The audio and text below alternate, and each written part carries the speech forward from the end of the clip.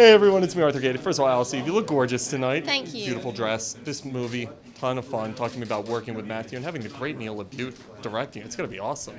It is awesome. It's my second movie with him, and I feel very lucky every time I step on a set with him.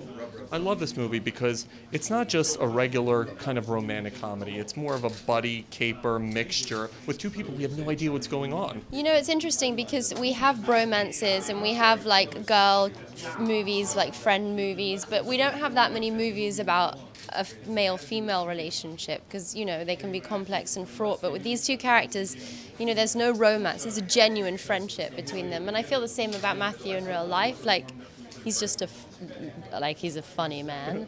And so I like that about it too. Thank you. He's one of the great American cinematic, unique Comedians. icons, comedians. Yeah. When you get to work with somebody like that, and you've worked with so many great talents, but when you get to work with someone like Matthew Broderick, what's that like?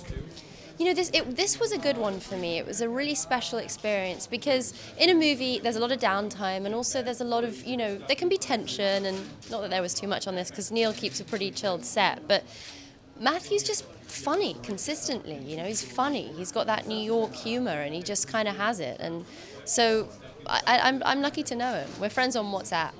You've done, I love that. This is the generation we live in. You've done everything from big budgets to like Star Trek to something like this. How is shooting an indie different?